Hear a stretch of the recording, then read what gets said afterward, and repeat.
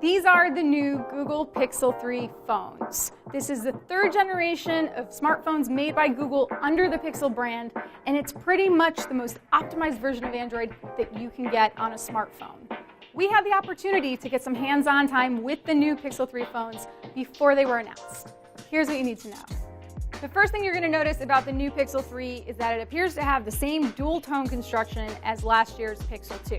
But where last year's Pixel 2 felt like plastic on the back, this is a smooth glass on the bottom and a shiny glass on top. This is so the phone can support wireless charging. The OLED displays in the Pixel 3 are supposed to be improved, which is a good thing because last year's Pixel 2 XL phone had some scattered issues with its OLED display. And another thing you're going to notice is that the display is bigger than last year's phones. Google has done something similar to what Apple's done. It kept the phone bodies the same size as previous generations, but it basically made the display bigger using cutouts and an edge-to-edge display. And the Pixel 3 XL has a notch. The Pixel 3 comes in 3 colors. This is just black. There's also clearly white, and my personal favorite, not pink. All in all, I would say this feels like a really nice phone. I think the construction is definitely a lot nicer than last year's Pixel 2, and I like this little color accent here too.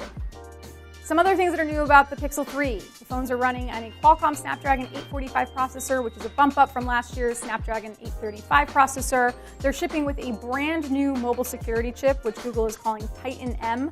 This is the same security chip that Google uses in its data centers, apparently, and it's something that's supposed to protect the data of the lock screen, basically the encrypted disk. Anything that's going on in this phone that's supposed to keep secure, it's going to be tasked to this new Titan M chip. It now has an IP68 waterproof rating, and also, this is a nice touch, it is shipping with an adapter and USB-C headphones in the box. But here's the thing that's probably going to stand out the most on these new phones, and that's the camera. There are a lot of new camera features on the new Pixel 3. So many, in fact, that at the time we did this hands-on, they weren't all totally ready yet, and we couldn't use them all. But we're definitely going to do that once we get a review phone, so stay tuned for that. Now, some of these new features are because of hardware upgrades. For example, the rear lens in the camera has been improved, and the front camera now has 2 wide-angle lenses, which means you can take really wide-angle selfies, which is pretty fun. And Google says that its visual core, which is its imaging co-processor on the phone, has been updated, and that more camera-related tasks have been given to the core. But a lot of the camera updates in this phone are using sophisticated software, because that's what Google's really good at. I mean, for example, this camera lens on the back, still a single lens camera, and yet Google is still able to do something like depth adjustment on a portrait photo after the fact, which is something its competitors also do, but it's doing it with software. There's a feature called Top Shot, which captures a motion photo and then using AI picks the best still image so that if someone was blinking or a hair was in their face or they were just making a goofy face, Top Shot will pick a pretty decent picture for you. There's also a feature called Photo Booth, which was borrowed from the Google Clips camera, where you open Photo Booth and then once you raise your phone and it recognizes that you're smiling, it will start taking a series of images of you from the front-facing cameras. So basically, you don't even have to think about photo taking. There's a night mode that has a longer exposure and pulls in as much visual information as possible to create a composite of your photos taken in the dark, so that even if they're taken in a really dim or dark setting, they look pretty decent. There's something called Super Res Zoom that's using machine learning to counter the shaking of your hand when you use optical zoom to zoom in on something really tight, and then to create a photo that looks more high resolution. And people with kids or pets are going to love this. There's a motion autofocus feature as well that keeps the camera focused on a moving object as you're trying to take a picture of it.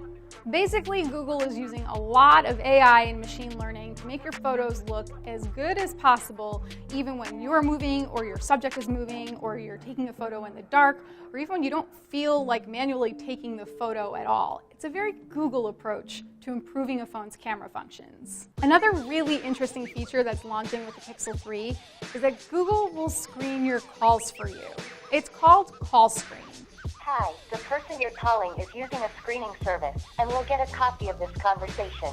When an unknown number is calling your Pixel 3, an automated voice is initially going to answer the call for you.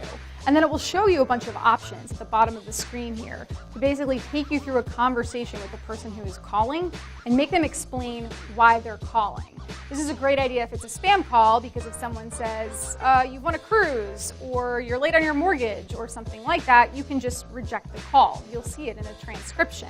But if it's someone legitimate, like your dentist, but you just don't have their number saved, you'll know that you should swipe to answer it. So how much are these new Pixel 3 phones going to cost you? The Pixel 3 starts at $799 for a configuration with 64 gigabytes of storage, and the Pixel 3 XL starts at $899, which puts it right in line with last year's phones, and also less than the new iPhones. These start shipping October 18th. Another gadget that Google is launching is this Pixel Stand, which costs $79. It's supposed to fast charge the phones wirelessly and also turns the phone's display into something of a smart display. So far, it seems like these new Pixel phones are a little more flashy than they usually are in terms of their build. But per usual, what's most interesting about these phones is what's going on the inside. Google doesn't have the same industrial design pedigree that Apple or Samsung have, so it tries to make up for it by making the smartest phone in the room. Let's see if it works.